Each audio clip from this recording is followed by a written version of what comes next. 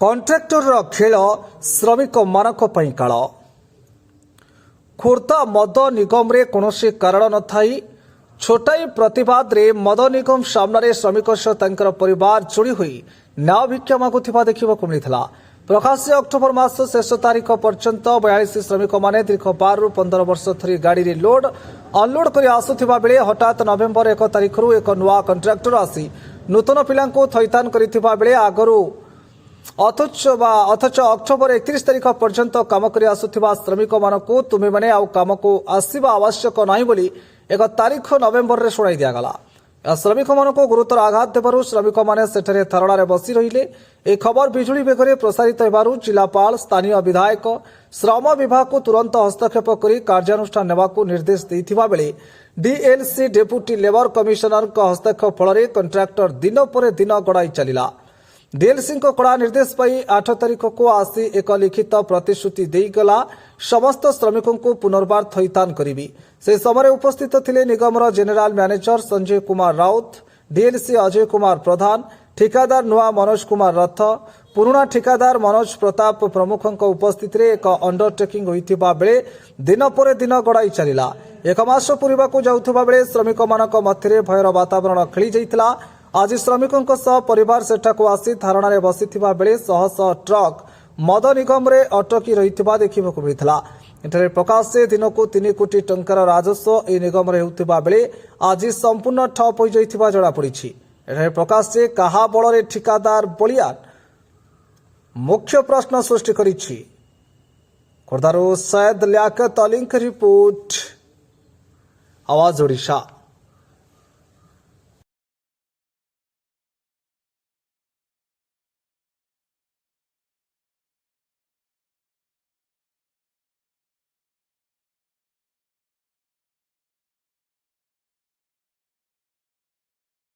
ମୋ ନାଁ କାଞ୍ଚନ ବେଳା ବେହେରା।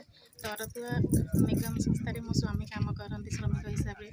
ଆଜକୁ 4-5 ବର୍ଷ ଲେଖାଏଁ କାମ କରୁଛନ୍ତି। ସବୁ ଶ୍ରମିକମାନେ 4-5 ବର୍ଷ ଲେଖାଏଁ କାମ କରୁଛନ୍ତି ଏବଂ କଣ୍ଟ୍ରାକ୍ଟର ଆସନ୍ତି, କିନ୍ତୁ ଲେବରମାନେ କାମ କରନ୍ତି ଆଉ ଅନ୍ୟ କଣ୍ଟ୍ରାକ୍ଟର ଆସନ୍ତି, ସେ ଲେବରମାନେ ହିଁ ରୁହନ୍ତି। କିନ୍ତୁ ଏ କଣ୍ଟ୍ରାକ୍ଟର ଆସିଛନ୍ତି, ଲେବରମାନଙ୍କୁ କାହାକୁ ନ ପଚାରି ନ କରିକି ତାଙ୍କର ନୂଆ ପିଲାଙ୍କୁ ଆଣିକି କମ୍ପାନୀରେ ଏଣ୍ଟ୍ରି କରିଛନ୍ତି।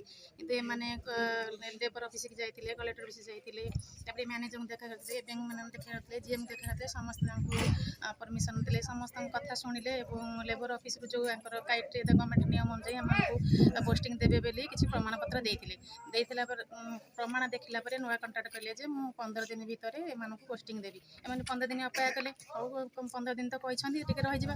15 ଦିନ ପରେ ଏମାନଙ୍କର ଫୋନ୍ ରିସିଭ୍ କଲେନି କି ଏମାନଙ୍କୁ କୌଣସି ପ୍ରତିଶ୍ରୁତି ଯେଉଁ ଦେଇଥିଲେ ପ୍ରତିଶ୍ରୁତି, ସେ ପ୍ରତିଶ୍ରୁତି ରଖିଲେ ନାହିଁ। ତାପରେ ଆମେ କ'ଣ କରିବୁ, ଛୁଆ ପିଲା ଯେହେତୁ ଘର ସଂସାର ନେଇ କରୁଛୁ, ଆମେ ତ କୌଣସି ଆଉ କେଉଁ କମ୍ପାନୀ ଏଣ୍ଟ୍ରି କରିପାରିବୁ, ଯେହେତୁ ଆମକୁ ବୟସ ହେଇଗଲାଣି, କୌଣସି କମ୍ପାନୀ ଆମକୁ ନେବ ନାହିଁ। କିନ୍ତୁ ଆମ ଛୁଆ ପିଲା କେମିତି ଚଳିବେ, ଆଜିକା ସମାଜରେ ଚଳିବା ପାଇଁ ଦିନକୁ କେତେ ପଇସା ଆପଣମାନେ ତ ଜାଣୁଥିବେ। କିନ୍ତୁ ପିଲାମାନେ ପାଠ ପଢ଼ିବେ, ତାପରେ ଘର ଚଳିବେ, ଘର କେମିତି ଆମେ ଚଳେଇବୁ, ଆମର ଦାବି ହେଲା। ଆମ ସ୍ୱାମୀମାନେ ଶ୍ରମିକ ହିସାବରେ କାମ କରୁଥିଲେ ଏବଂ ଆମେ ଯେମିତି ପୂର୍ବରୁ କାମ କରୁଥିଲେ ସେମିତି ଆମକୁ କାମ କରିବା ପାଇଁ ଅନୁମତି ମିଳୁ। ଯେପର୍ଯ୍ୟନ୍ତ ଅନୁମତି ନ ମିଳିଛି ଆମେ ଏଠି ଧାରଣାରେ ଜମା ଉଠିବୁ। ଏଠି ଯେଉଁ ଆମର ଓଏସ୍ବିସିରେ ବସିଛନ୍ତି, ତାର କ'ଣ କାରଣ କ'ଣ? କାରଣ କ'ଣ, ଆମେ ଧାରଣାରେ ବସିଛନ୍ତି। ଧାରଣାରେ ବସିଛୁ। ଆଜିଠୁ ଆରମ୍ଭ କରିଛନ୍ତି। ଆଜିଠୁ ଆରମ୍ଭ କରୁଛୁ। କ'ଣ କହିବେ? କହିବାର କାରଣ, ଆମେ ଯେଉଁ ଲେବର ଅଫିସକି ଯେଉଁ 4-5 ଜଣ ଆମ ଲେବର ଯାଇଥିଲୁ, ଆଉ ଜିଏମ୍ ଆଡମିନ୍ ସାର୍ ବସିଥିଲେ, ଲେବର ସାର୍ ବସିଥିଲେ, ସମସ୍ତେ ବସିକି ଲେଖାପଢ଼ା କରି ହାତ କାଟିକି ଲେଖିଦେଲେ ଯେ ହଁ 40 ଲେବରଙ୍କୁ ଆମେ ନିଯୁକ୍ତି ଦେବୁ କାମରେ। 40-42 ଲେବର ତୁମେ ଯେତିକି କାମ କରୁଛ ପୁରୁଣା ଥିଲ, ଆମେ ସମସ୍ତଙ୍କୁ ନିଯୁକ୍ତି ଦେବୁ। ସେଟା କୋଉଠି ଚୁକ୍ତି ହେଇଥିଲା? ସେଇଟା ଆମର ଲେବର ଅଫିସରେ ଆଜ୍ଞା। କିଏ ଥିଲେ? ସେଇଟା ଜିଏମ୍ ଆଡମିନ୍ ଥିଲେ, ପୂର୍ବତନ କଣ୍ଟ୍ରାକ୍ଟର ଥିଲେ। ଜିଏମ୍ ଆଡମିନ୍ଙ୍କ ନାଁଟା କ'ଣ? ତାଙ୍କ ନାଁଟା ତ ମୁଁ ତ ଠିକ୍ରେ ମନେ ପଡ଼ୁନି। ଆଉ କିଏ ଥିଲେ? ଆମର ପୁରୁଣା କଣ୍ଟ୍ରାକ୍ଟର ମନୋଜ ପ୍ରଧାନ ଥିଲେ, ନୂଆ କଣ୍ଟ୍ରାକ୍ଟର ମନୋଜ ରଥ ଥିଲେ। ଆମେ 5 ଜଣ ଲେବର ମୁଖ୍ୟ ହିସାବରେ ଯାଇଥିଲୁ। ଏଇଟା ବସିକି ଗୋଟେ ଲିଖିତ ଆକାରରେ ପୁରା ସମ୍ପୂର୍ଣ୍ଣ ଆମ ନିଯୁକ୍ତି ଦେଲେ ଯେ ତୁମେ 42 ଲେବର ହିଁ ତୁମକୁ ନିଯୁକ୍ତି ଦେବୁ କାମରେ। 15 ଦିନ ସମୟ ଦେଲେ, 15 ଦିନ ଗତ ହେଇଗଲା।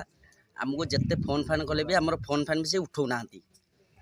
ନ ଉଠାଇଲା ସତ୍ତ୍ୱେ ଆମ ବର୍ତ୍ତମାନ ଆସିକି 15 ଦିନ ବାଦ 18 ଦିନ ହେଲା ଆମେ କୁଆଡ଼େ କିଛି ନଈ ଆଶ୍ରୟ ନ ପାଇବାରୁ ଆମେ ଗେଟ୍ ମୁହଁରେ ଧାରଣା ଦେଲୁ। ଯେହେତୁ ଆମକୁ ନ୍ୟାୟ ମିଳିଲେ ଆମେ ନ୍ୟାୟରୁ ସନ୍ତୁଷ୍ଟ ନେଇକି ନ୍ୟାୟରୁ ଉଠିବୁ। ଆଉ କ'ଣ, ସାର୍ ଆଜି ଆମେ ଧାରଣାରେ ବସୁଛୁ। ଆମକୁ 1 ତାରିଖଠୁ ଯେଉଁ କଣ୍ଟ୍ରାକ୍ଟର ଆସିଲେ, ସେ ଆସିବା ଭିତରେ ଆମକୁ ବାହାର କରିଦେଇଛନ୍ତି।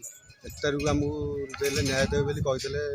ଯାଇକି ଲେବର ଅଫିସ ଭିତରେ କଥାବାର୍ତ୍ତା ହେଇଥିଲା, ଲେଖାପଢ଼ି ହେଇଥିଲା ଯେ ତୁମକୁ ମୁଁ 15 ଦିନ ଭିତରେ ନେବି 15 ଦିନ ଭିତରେ ଲେବର ଅଫିସ୍ ଗଲୁ ସେମାନେ ଲେବର ଅଫିସ୍ ମୁଁ ଯେତେବେଳେ ଗଲି ଲେବର ଅଫିସ୍ କହୁଛନ୍ତି ମୁଁ ଏ ବିଷୟରେ କିଛି କରିପାରିବିନି ମୁଁ କହିଲି ଆପଣ ଥିଲେ ଆମେ ସବୁ ଲେବର ଅଫିସ୍କୁ ପଚାରିଲୁ କହିଲେ ଆପଣ ଥିଲେ GM ଥିଲେ ଆମର ପୂର୍ବତନ କଣ୍ଟ୍ରାକ୍ଟର ଥିଲେ ଆଉ ଏବେ କଣ୍ଟ୍ରାକ୍ଟର ସବୁ ଥିଲେ ଆପଣ ପୁଣି ଏ କଥା କେମିତି କହିପାରୁଛନ୍ତି ନା ସେ ମୁଁ ସେ ବିଷୟରେ କିଛି ଆଲୋଚନା କରିପାରିବିନି ତମେ କ'ଣ କରିପାରିବ କ'ଣ ନ କରିପାରିବ ତମେ ଦେଖ ଆମେ କହିଲୁ ସାର୍ କଲେକ୍ଟର ପାଖକୁ ଆଉ ଥରେ ଯିବୁ ନା କଲେକ୍ଟର ଏଥିରେ ବି କିଛି କରିପାରିବେନି ତମେ ତାଙ୍କ ପାଖକୁ ଗଲେ କ'ଣ ହେବ ଯାହା କରିବ ଏଠି ଆମେ ବି ଆଉ କିଛି କରିବୁ ନା ତମେ ମାନେ ଯାଇକି ଯାହା କରିବା କଥା କର ତମେ ମାନେ ଯଦି ଧାରଣା ଦେବା କଥା ଗେଟ୍ ମୋର ଧାରଣା ଦିଅ ନହେଲେ ନଚେତ୍ ତମେ ଯାହା କରିପାରୁଛ କର ଦୀର୍ଘ 1 ତାରିଖରୁ 27 ତାରିଖ ଯାଏଁ ହେଇଗଲାଣି କ'ଣ ତା ଶେଷ ନିଷ୍ପତ୍ତି କ'ଣ? ସାର୍ ଶେଷ ନିଷ୍ପତ୍ତି ଆମେ ଏଇଠି ଧାରଣା ଦେଇକି ବସିବୁ ପିଲା ଛୁଆଙ୍କୁ ଧରିକି ଯେହେତୁ ଭୋକ ଉପାସରେ ଆଜି ଯାଏଁ ମଲାଣୁ କେତେ ଦିନ ପର୍ଯ୍ୟନ୍ତ ଏମିତି ବସିବ? ସାର୍ ଯେ ପର୍ଯ୍ୟନ୍ତ ଆମକୁ ନ୍ୟାୟ ନ ମିଳିଛି ଆମେ ସେ ପର୍ଯ୍ୟନ୍ତ ବସିବୁ। ଯେଉଁ ଧାରଣାରେ ଆସିଛନ୍ତି ଆପଣ କ'ଣ ଏଠି କାମ କରୁଛନ୍ତି ନା ନାଇଁ କାହିଁକି ଆମେ କାମ କରୁ ଆମ ସ୍ୱାମୀମାନେ ଏଠି କାମ କରୁଛନ୍ତି ଯେହେତୁ ଏମାନେ କାମ କରିବାର ଆଜକୁ ହେଇଗଲା 7-8 ବର୍ଷ 9 ବର୍ଷ ଟିକେ ସବୁ କାମ କଲେଣି ତାଙ୍କୁ ଆଜକୁ 26-27 ଦିନ ହେଲା ମାନେ କାମରୁ କାଢ଼ି ଦିଆଯାଇଛି ନୂଆ କଣ୍ଟ୍ରାକ୍ଟର ଆସିଲେ ଯିବେ ବୁଧବାର ଦିନ 31 ତାରିଖରେ କାମ ସରିଲା ଗୁରୁବାର ଦିନ ଦୀପାବଳି ଛୁଟି ପଡ଼ିଲା 1 ତାରିଖ ଦିନ ଶୁକ୍ରବାର ଦିନ ମାନେ ଆସିକି ଗେଟ୍ ମୁହଁରେ କାମ କରିବେ କିନ୍ତୁ ପ୍ରତ୍ୟେକ ଦିନ ଆସିକି ସେମିତି ଆସିଲେ କାମ କରିବା ପାଇଁ ତାଙ୍କୁ ନୂଆ କଣ୍ଟ୍ରାକ୍ଟର ଯେ ଆସିଲେ ତାଙ୍କୁ କିଛି ପଚରା ନାହିଁ କିଛି ନାହିଁ ନୂଆ ଏମାନଙ୍କୁ ସାଇଟ୍ କରିଦେଇକି ସିକ୍ୟୁରିଟିମାନଙ୍କୁ ମନା କରିଦେଇଥିଲେ ଯେ ସେମାନଙ୍କୁ ଗେଟ୍ରେ ଏଣ୍ଟ୍ରି କରିବ ନାହିଁ ଏମାନେ ଠିଆ ହେଲା ପରେ ସେ ନୂଆ କଣ୍ଟ୍ରାକ୍ଟର ଆସିଲା ସିଏ ତ ଆସିନଥିଲା ତା ମ୍ୟାନେଜର ଆସିଥିଲା ତା ମ୍ୟାନେଜର ତା ଲିଷ୍ଟ ଅନୁଯାୟୀ ନାଁ ଡାକିଲା ନୂଆ କଣ୍ଟ୍ରାକ୍ଟର ଲେବରକୁ ନେଇକି କାମ କରାଇଲେ 8 ତାରିଖ ଦିନ ଏମାନେ ଗଲେ କଲେକ୍ଟର ପାଖକୁ କଲେକ୍ଟର ସେଠୁ ଏମାନଙ୍କୁ ଛାଡ଼ିଲେ ଯେ ଆପଣମାନେ ସମସ୍ତେ ଯାଆନ୍ତୁ ଲେବର ଅଫିସର ପାଖକୁ ଗଲା ପରେ 8 ତାରିଖ ଦିନ କଣ୍ଟ୍ରାକ୍ଟର ଆସିଥିଲେ ଆମର ପୂର୍ବତନ କଣ୍ଟ୍ରାକ୍ଟର ସିଏ ବି ଆସିଥିଲେ ତାଙ୍କୁ ଡକାଇଥିଲେ ଲେବର ଅଫିସର କଲେକ୍ଟର ହେଡ୍ ଅଫିସରୁ ଯେଉଁ ହେଡ୍ ଅଫିସର ଯିଏ ଯାହାକୁ ଛାଡ଼ିଥିଲେ ସିଏ ବି ଆସିଥିଲେ ସମସ୍ତଙ୍କୁ ଥିବା ଅବସ୍ଥାରେ କଣ୍ଟ୍ରାକ୍ଟର ମାନିଥିଲେ ଯେ ମୁଁ 42 ଜଣ ଲେବରଙ୍କୁ ନିଯୁକ୍ତି ଦେବି ଆଉ 15 ଦିନ ଭିତରେ ଆପଣଙ୍କୁ ମୁଁ ରିପୋର୍ଟ ଦେବି ତାଙ୍କର ସବୁ ମାନେ ଚିଠି ଫିଠି ସବୁ ଲେଖା ସରିଥିଲା 15 ଦିନ ଆଜ୍ଞା ଅପେକ୍ଷା କଲେ 15 ଦିନ ପରେ ଯେତେବେଳେ ଲେବର ଅଫିସର ପାଖକୁ ଆସିଲେ ଲେବର ଅଫିସର ଜଣେ ଆମକୁ କହିଲେ ଯେ 30 ଲକ୍ଷ ଟଙ୍କା ପିଲା ଡିପୋଜିଟ୍ କରିନ୍ତି ତମେ ଯଦି ଡିପୋଜିଟ୍ କରିଦେବ ତାହେଲେ ତମେ କାମ ନେବ ଆଜ୍ଞା ଆମେ ତ ଦିନେ ଓଳି ଖଟିଲେ ଆମେ ବର୍ତ୍ତମାନ ଚଳିବୁ ଆମେ 30 ଲକ୍ଷ ଟଙ୍କା ଆଣିବୁ କେଉଁଠୁ ବର୍ତ୍ତମାନ ଆମ କଥା କଲେକ୍ଟର ପାଖକୁ ଗଲୁ କଲେକ୍ଟର ଶୁଣିଲେନି ଜିଲ୍ଲା ଆମର ଲେବର ଅଫିସରଙ୍କ ପାଖକୁ ଗଲୁ ସିଏ ବି ଶୁଣିଲେନି ହେଡ୍ ଅଫିସ ଗଲୁ ସିଏ ବି ଶୁଣିଲେନି କେହି ନ ଶୁଣିବା ସତ୍ତ୍ୱେ ଆମେ ବର୍ତ୍ତମାନ ଧାରଣା ଦେଇଛୁ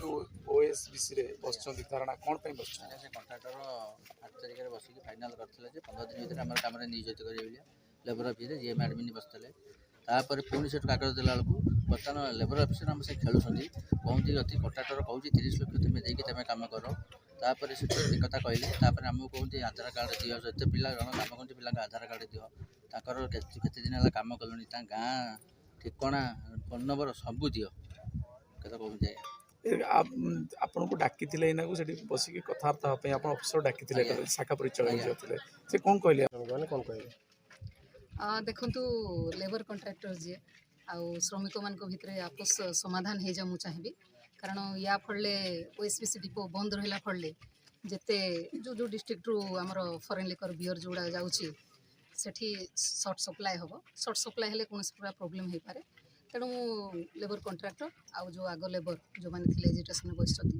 ସେମାନଙ୍କ ଭିତରେ ଆପୋଷ ସମାଧାନ ଆଜି ହିଁ କରିନିଅନ୍ତୁ ବୋଲିକରି ମୁଁ କଥାବାର୍ତ୍ତା ହେଲି ଆଉ ଯଦି କିଛି ସେମାନଙ୍କ ଭିତରେ କିଛି ସମାଧାନ ବାଟ ପଳେଇ ଆସିବ ତାହେଲେ ଠିକ୍ ହେବ ଠିକ୍ ଟାଇମ୍ ଟ୍ରାନ୍ଜାକ୍ସନ୍ ମ୍ୟାଡ଼ାମ୍ କେତେ ସମାଧାନ ପାଇଁ ମଧ୍ୟ ଏଗ୍ରିମେଣ୍ଟ ମଧ୍ୟ କରିଥିଲେ ଏବେ ସେମାନଙ୍କର ସମାଧାନ ଚୁକ୍ତିନାମା ମଧ୍ୟ ସ୍ୱାକ୍ଷର ହୋଇଥିଲା ତଥାପି ମଧ୍ୟ ଏପର୍ଯ୍ୟନ୍ତ ଚୁକ୍ତିନାମା ବିଷୟରେ ମୁଁ ଆକ୍ଚୁଆଲି ଅନଭିଜ୍ଞ ମାନେ ଚୁକ୍ତିନାମା କ'ଣ ହେଇଛି ଲେବର ଗୋଟେ କଥା କହୁଛନ୍ତି କଣ୍ଟ୍ରାକ୍ଟର ଗୋଟେ କଥା କହୁଛନ୍ତି ତେଣୁ ତାଙ୍କର ହାୟର କିଏ ଆସିକି ଯଦି ଏମାନଙ୍କ ସାଙ୍ଗେ କଥାବାର୍ତ୍ତା ହେବେ କିମ୍ବା ଯାହାକୁ ତାଙ୍କ ରିପ୍ରେଜେଣ୍ଟେଟିଭ୍ କରିକି ପଠାଇଛନ୍ତି ସେମାନେ ସେଇଟା ବେଟର କହିପାରିବେ मैम बेगुनिया जो 2 दिन तले जो गंजी मामलें से मैम गोटे OIC को निर्लंबित अन्य मानकर संपृक्ति कौन अच्छी जो मान बदली कर संपृक्ति कौन कौन कार्यानुष्ठान देखो गोटे यूनिट जेहेतु जाइला तेणु जहाँ को सस्पेंड कले आपने जानते आने मानक ट्रांसफर करा जाइए लेटर ऑन जहाँ इन्वेस्टिगेशन मिलो से अनुसार से एक्शन लिया thank you branch manager OSBC ଶ୍ରମିକ ମାନେ ଏଇଟା ଅକ୍ଟୋବର 31 ତାରିଖ ପର୍ଯ୍ୟନ୍ତ ଏଠି କାମ କରୁଥିଲେ ପୁରୁଣା କଣ୍ଟ୍ରାକ୍ଟର ଅଣ୍ଡରରେ। ନୂଆ କଣ୍ଟ୍ରାକ୍ଟର ନଭେମ୍ବର ଏଠୁ ଆସିଲା ପରେ ନୂଆ କଣ୍ଟ୍ରାକ୍ଟର ନିଜର ଲୋକକୁ ସେ ଏନ୍ଗେଜ୍ କରିଛି। କାମ ଚାଲିଛି କିନ୍ତୁ ତାଙ୍କର ଡିମାଣ୍ଡ ହେଲା ଆମେ ଏଇଠି କାମ କରିବୁ ବୋଲି ଆଜି ତେଣୁକରି ସେମାନେ ଧାରଣା ଦେଇଛନ୍ତି। ଏନେ 11 ତାରିଖରେ ଗୋଟେ ଚୁକ୍ତିନାମା ହେଇଥିଲା ଲେବର ଅଫିସରେ 10 ଦିନ ଭିତରେ ତାଙ୍କୁ ପୁନଃ ନିଯୁକ୍ତି ମିଳିବା ପାଇଁ କ'ଣ କହିବେ? ସେ ବିଷୟରେ ମୁଁ କିଛି ହେଲେ କେଉଁ ଜିଲ୍ଲାକୁ ସପ୍ଲାଏ ହେଉଛି କେତେ? ନୟାଗଡ଼ ଜିଲ୍ଲା, ଖୋର୍ଦ୍ଧା ଜିଲ୍ଲା, ପୁରୀ ଜିଲ୍ଲା, ରୁରାଲ ଏରିଆ ଭୁବନେଶ୍ୱର କିଛି, କଟକରେ କେତେ ଦୋକାନକୁ ଯାଉଛି? ଟୋଟାଲି ଦିନକୁ 70-72 ଦୋକାନ ଏଇଠୁ ଲିଫ୍ଟିଂ କରୁଛନ୍ତି। ଓଏସବିସି ର पर डे केते लॉस होला आज्ञा? ଲସ୍ ତ ଆଜି ତ ଚାଲିଛି ମାନେ ଷ୍ଟ୍ରାଇକ୍ ଚାଲିଛି।